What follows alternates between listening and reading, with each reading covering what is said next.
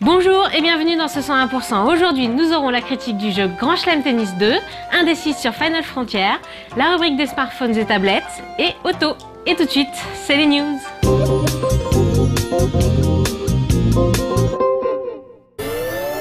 La version 3DS de Mario et Sonic aux Jeux Olympiques est enfin disponible. Pour accompagner cette sortie, Sega vient de diffuser le trailer de lancement du jeu qui nous dévoile quelques-unes des épreuves que devront surmonter la bande de Mario et ses anciens rivaux. Cette adaptation sur console portable tirera évidemment profit des fonctionnalités de la 3DS et il vous faudra soit souffler sur le micro, utiliser le stylet sur l'écran tactile ou encore vous servir de la fonction gyroscope afin de collectionner les médailles. Si l'ensemble paraît bien plus prometteur que la version Wii, on attend tout de même de recevoir une copie à la rédaction avant de vous en parler plus longuement. On vous avait déjà parlé de Game of Gods, la nouvelle mise à jour d'Alods Online qui vient tout juste d'être mise en ligne sur les serveurs français. À cette occasion, Gala Networks vient tout juste de dévoiler le trailer officiel de cette update qui récapitule un à un les changements que Game of Gods vient apporter. Pour rappel, la mise à jour annonce l'arrivée d'un nouvel archétype, le Bard, une classe de support qui peut aussi bien renforcer son groupe qu'affaiblir les lignes ennemies. Mais ce n'est pas tout. Au niveau des ajouts, Game of Gods introduit aussi les champs de bataille, de nouveaux raids, de nouvelles quêtes et enfin, le niveau maximal est désormais porté à 51. Eugene Systems nous présente aujourd'hui les features online de son prochain RTS, Wargame European Escalation, à travers une vidéo commentée par Alexis Ledresset, le directeur créatif du jeu. On apprend ainsi que 8 joueurs pourront s'affronter dans différentes configurations, sur des maps allant jusqu'à 150 km². La dimension online sera renforcée par la mise en place de EugeneNet, une plateforme permettant aux joueurs d'interagir entre eux et de gérer leur équipe. On rappelle enfin que European Escalation est toujours prévu pour le 23 février prochain, et que les joueurs qui ont précommandé le jeu peuvent d'ores et déjà participer à la toute nouvelle bêta multijoueur.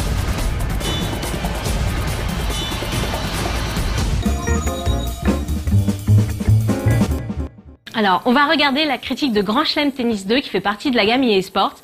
Et quand on parle EA Sports, justement, moi tout de suite je pense à EA Sports, it's in the game. Bon, je le fais très mal, mais si vous voulez le faire mieux que moi, bah, cherchez sur internet parce qu'il y a un tutoriel qui existe qui est assez drôle et qui vaut le coup d'être écouté.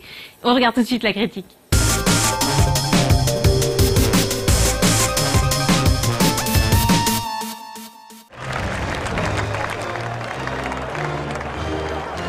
Ah, je me demande ce que va donner ce jeu de service. Incontournable quand on parle sport et jeux vidéo, Electronic Arts aura pourtant attendu 2009 et la sortie de Grand Chelem Tennis pour vraiment s'essayer à la petite balle jaune. Exclusif à la Wii et porte-étendard du Wii Motion Plus, ce premier essai ne s'était pas spécialement distingué, que ce soit en bien ou en mal. Néanmoins, il a pu démontrer une nouvelle fois la capacité de l'éditeur américain à acquérir des licences prestigieuses. Avec les droits portant sur les 4 tournois du Grand Chelem et un joli parterre de stars actuelles et passées, on peut dire que le titre disposait même de sérieux atouts pour séduire. Pour cette suite disponible uniquement sur console HD, EA peut naturellement compter sur ces mêmes forces. Reste maintenant à voir si elles sont doublées d'un gameplay suffisamment attractif et profond pour installer la série durablement sur les cours, voire pour titiller l'ogre Top Spin 4. Ah là, il faut qu'elle joue ses volets au-dessus du filet.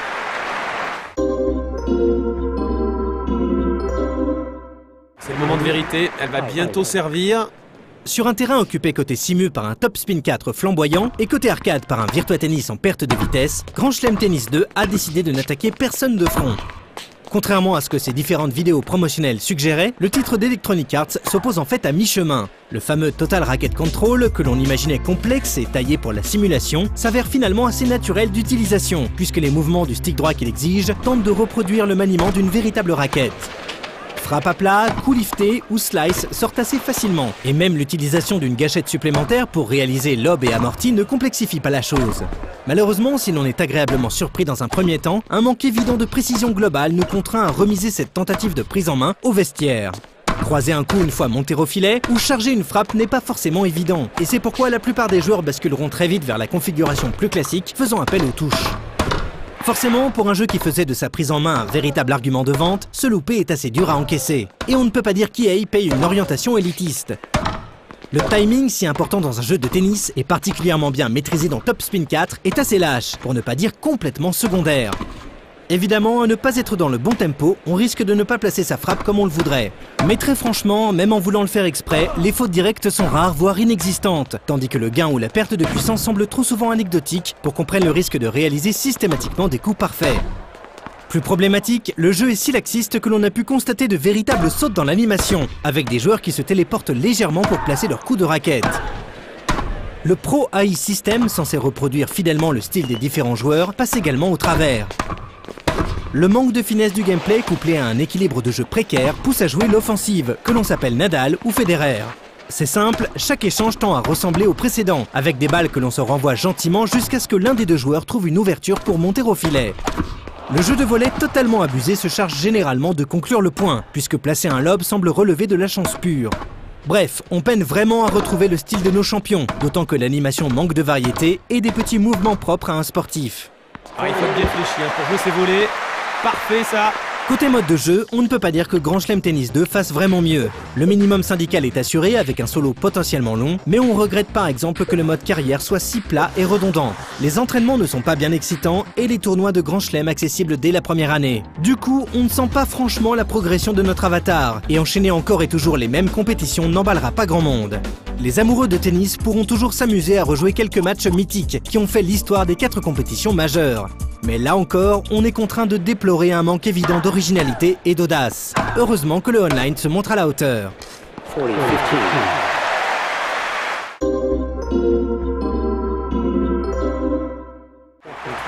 Voilà, c'était Guy Forger aux commentaires. J'espère que le spectacle vous a plu. Merci, en espérant vous retrouver tous très bientôt. Avec une modélisation correcte et un joli plateau de joueurs, Grand Chelem Tennis 2 faisait figure de challenger sérieux à l'excellent Top Spin 4. Hélas, une fois la manette en main, cette promesse cède vite sa place à la déception. Plutôt agréable à prendre en main, le titre d'EA souffre en fait d'un positionnement bâtard qui ne lui permet pas de proposer un gameplay à la hauteur des attentes. Pas suffisamment fin pour prétendre à la simulation et trop mou pour batailler sur le front de l'arcade, Grand Chelem Tennis 2 peine à déchaîner les passions. Un peu à l'image de son environnement sonore en fait, où Guy Forget et le public masquent difficilement leur manque d'enthousiasme. Ça c'est un coup bien loupé.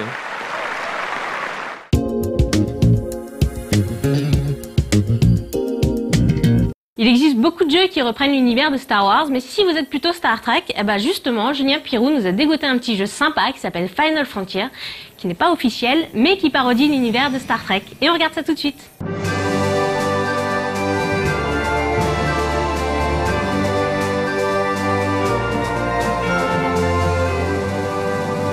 Bonsoir et bienvenue de l'autre côté de l'écran.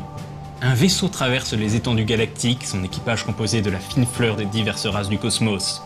Leur mission, explorer de nouveaux mondes et repousser les limites du possible. Ce pitch, nous le connaissons tous, c'est celui de Star Trek.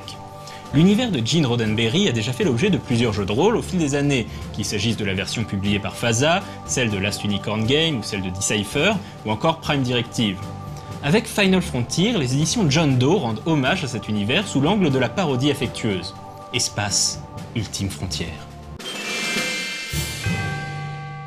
Journal de bord du capitaine, date stellaire 2280.47. Au XXIIIe siècle, l'humanité s'est propagée à travers l'espace à l'aide de la technologie appelée la distorsion, et a noué des contacts avec diverses races intergalactiques pour fonder l'Alliance des Mondes Unis qui siège au sein de la station Utopia 2. Regroupant 1350 mondes habités, l'Alliance continue de s'étendre aux confins de l'univers connu en envoyant d'intrépides équipages de Rangers galactiques à la recherche de nouveaux mondes et de nouvelles civilisations. Mais les Rangers doivent également défendre la paix et la liberté menacées par les infâmes Nelrodans et leurs androïdes biotroniques fous, ou le belliqueux empire zorganien venu du Continuum Zéro. Lors de la Grande Guerre, les Zorganiens ont précipité la Terre dans une faille spatio-temporelle à l'aide d'une bombe à distorsion. Peut-être qu'au cours de nos voyages, nous parviendrons à retrouver le berceau de l'humanité. Les joueurs incarnent des Rangers galactiques. Portant des pyjamas colorés, des uniformes, les Rangers sont les fiers représentants de l'Alliance des Mondes Unis. Les Rangers peuvent appartenir à n'importe quelle race de Lamu. Les humains se passent de description. Les gorichiens sont des êtres mi-hommes mi-chiens et sont donc leurs propres meilleurs amis. Les mégariens possèdent un cerveau surdéveloppé mais pas de sens de l'humour. Les sylvéniennes sont de plantureuses femmes végétales qui font se pâmer des mois tous les mâles de la galaxie. Les bêta-blurks sont des sortes de gros cafards sympathiques mais repoussants. Les binariens sont de petits êtres doux mais qui vont toujours par deux, leur peuple n'étant composé que de jumeaux liés psychiquement. Enfin, les humains génétiquement modifiés ont vu leurs capacités améliorées par des expériences génétiques, mais souffrent en retour de divers problèmes comportementaux. Quant aux postes à bord du vaisseau, on retrouve les classiques, le capitaine, le médecin de bord, l'attaché scientifique, le chef mécano, etc.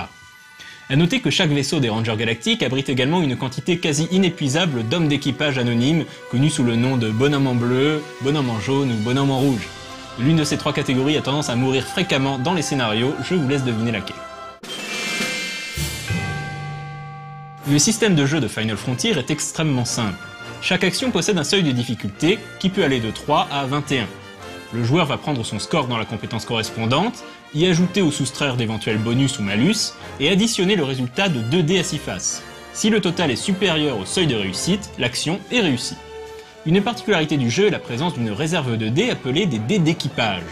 Cette réserve est commune à tous les joueurs et augmente en fonction de leur coup d'éclat. En fonction de son espèce ou de son poste, un personnage va avoir accès à divers pouvoirs appelés des gimmicks. Par exemple, une sylvénienne pourra émettre des phéromones pour séduire un garde.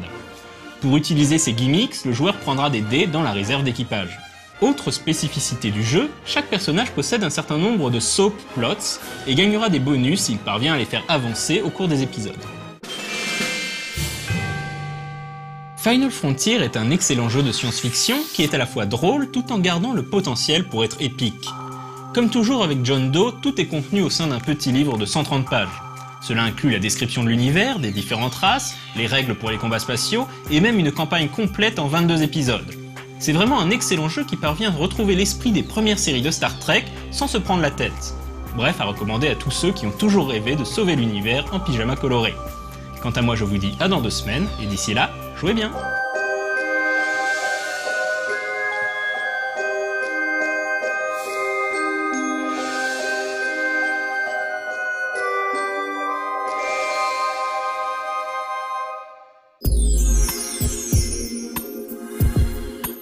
Alors on va regarder la rubrique des smartphones et tablettes et moi justement là j'ai découvert un jeu qui s'appelle Beat Trip Beat. Alors il existait déjà sur PC et j'y jouais déjà, mais de le découvrir là sur smartphone, ça me fait bien plaisir. Et je sais pas si Thierry en a déjà parlé, mais moi là pour le moment je me régale. Le grand ancien Cthulhu, et de manière plus générale la mythologie horrifique imaginée au début du XXe siècle par l'écrivain Howard Phillips Lovecraft, font partie intégrante de l'inconscient collectif geek. Pourtant, cela faisait un petit moment que l'on n'avait pas eu droit à un vrai jeu sous licence officielle de l'appel de Cthulhu. C'est le studio anglais Red Wasp Design qui propose cette nouvelle adaptation du jeu de rôle de Chaosium. Plutôt que de réaliser un jeu d'aventure, Red Wasp Design a décidé d'aborder ce monstre sacré sous un angle encore jamais exploité, le jeu de tactique d'escouade. Call of Cthulhu The Wasted Land se déroule en 1915. Tandis que la guerre fait rage en Europe, les services secrets britanniques commencent à soupçonner que l'armée allemande reçoit un appui surnaturel.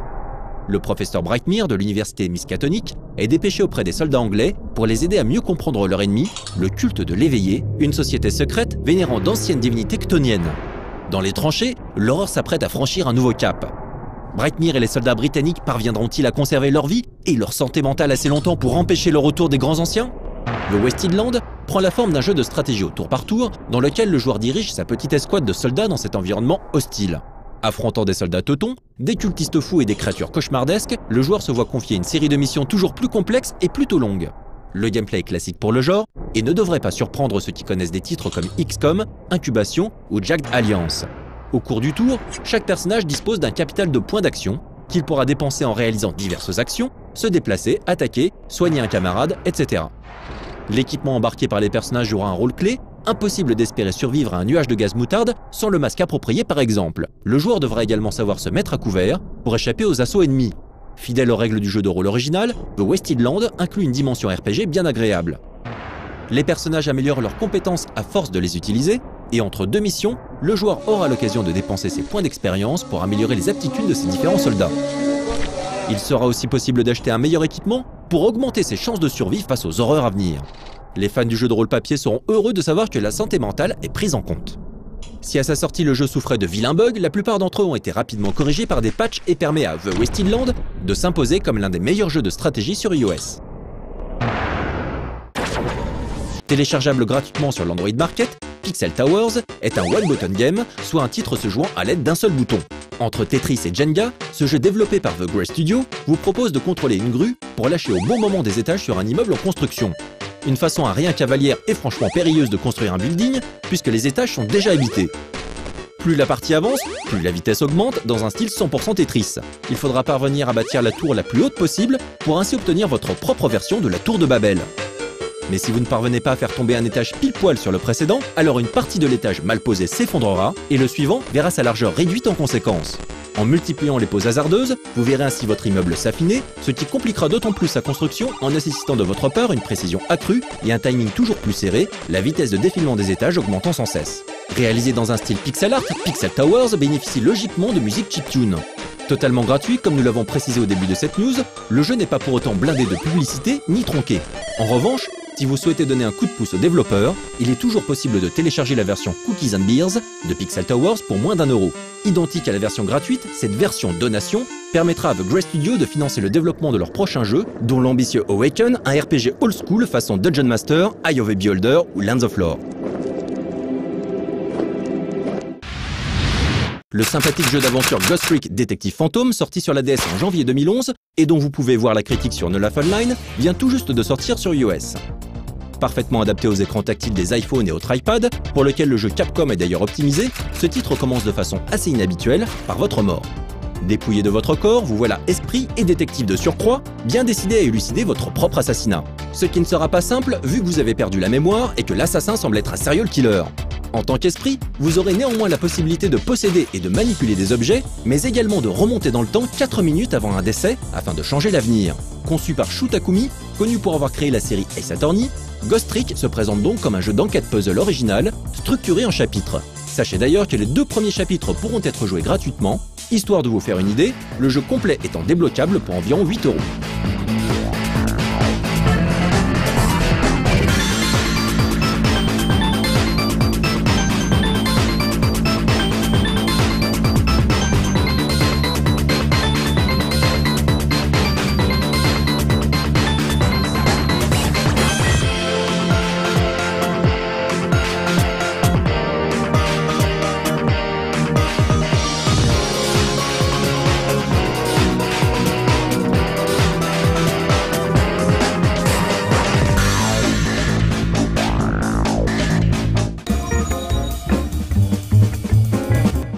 Mima, est-ce que tu sais ce que ça veut dire auto? Pas du tout. T'as pas une petite idée? J'imagine que c'est un terme japonais. Oui, c'est un mot japonais. Et qu'est-ce qu'il pourrait dire, sachant que c'est une émission quand même de musique, de J-Music? Un son? Oui, Sérieux? c'est le mot qui... c'est le kanji du son, ouais. D'accord. Ah bah voilà, je découvre. Hein. Moi avant j'étais pas très J-Music, hein, donc c'est vrai que depuis que je travaille, je joue. J'en écoute un peu plus et je découvre des artistes. Sabrina, pa, pa, pa, pa, la. Sabrina, Lady Day, yoru no machi mai orita makana, kujibe ni tsuketa kimi. Bonsoir à tous et bienvenue dans Auto. Au programme de cette émission, pas mal de choses, dont un live report et pas n'importe lequel. Il s'agit du live report de Gilgamesh qui était en concert à Paris en 2011. Le live report sera suivi des annonces de concerts et on va commencer l'émission avec la présentation d'un tout nouveau groupe qui débarque à l'antenne et croyez-moi, ça risque de headbanger avec des glow sticks.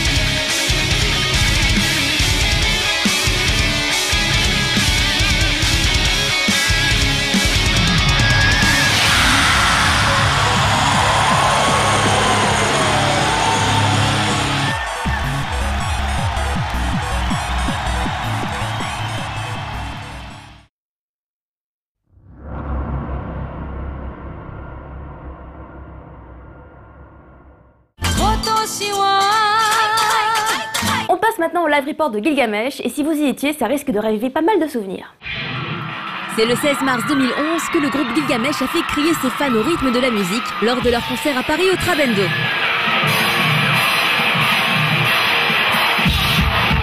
Toujours aussi énergiques et vivants sur la scène, ils ont accepté de répondre à nos questions avant leur show. Et si certains se demandent d'où leur vient leur nom, vous aurez enfin la réponse. ギルガメッシュっていうまあなんだろう別に全然意味とか全然分かってなくてでなんか普通に僕はゲームをするんですね。まあちょうど出てきたキャラの名前がギルガメッシュだったっていうなんかその名前のインパクトとりあえずインパクトじゃねえかなとインパクトを押していこうとって感じで別に意味も全く分からないままとりあえずつけちゃいました。そうですね有名なゲームだとは思うんですけどそこからいただきましたねあ L が Rなんで若気の至りですね。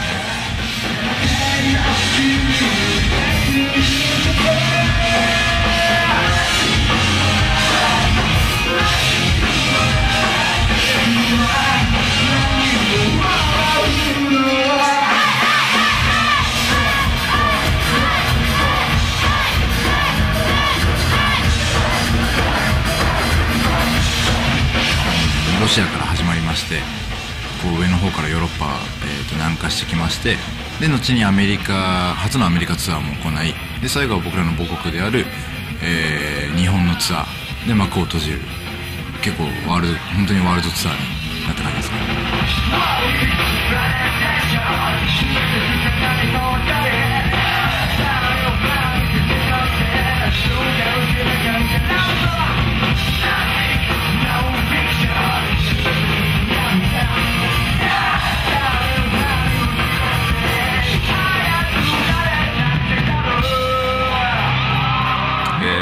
今回、このGO ですニューアルバム GO、とても勢いがあって、メロディアスで、最後に感動を届けられるような素晴らしいアルバムに仕上がりました。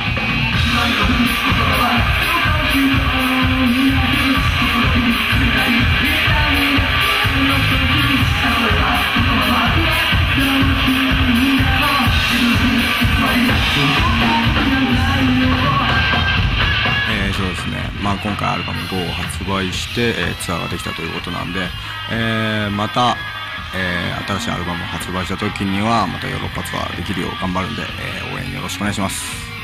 ギルガメッシュ、今後も元気に笑顔に楽しく活動していきたいと思いますので皆さんよろしくお願いします。シュです。今日本がちょっと地震で大変なことになってますが、僕らにやれることは今、ヨーロッパツアーなどアメリカツアー頑張って、日本のお客さんにパワーを届けたいというところもあったり、するんでもしよろしければヨーロッパのファンのみんなも、賛同してくれれば嬉しいしでまた戻ってくることをよろしくいたします。よろしくお願いします。はい、これからもギルガメッシュ感動できる作品と楽しいライブを作っていきたいと思いますのでよろしくお願いします。メルシーメルシーだ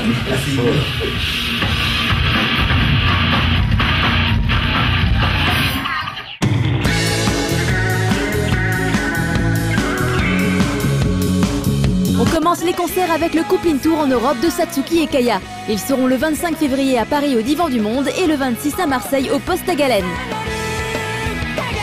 En mars, ça sera le retour de Hitto. Pas de concert à Paris pour l'instant, mais il sera le 1er mars à Roubaix, le 4 à Marseille pour Japan Expo Sud et le 18 à Tourcoing pour la fête de l'anime. Le groupe Plunklock sera également en tournée européenne en mars. Ils n'ont qu'une date en France et ce sera à Paris le 11 mars au club. Quelques jours plus tard, c'est le groupe de visu Megalomania qui donnera son seul et unique concert dans la capitale. Initialement prévu au Glazart, la salle a finalement changé et ce sera désormais à la Seine-Bastille. On termine les concerts avec le groupe LMC qui sera en France en mai dans le cadre de leur tournée mondiale. Je vous rappelle les dates, ils seront le 20 mai à Lyon au Ningaskao et le 21 mai à Paris dans la grande salle du Bataclan.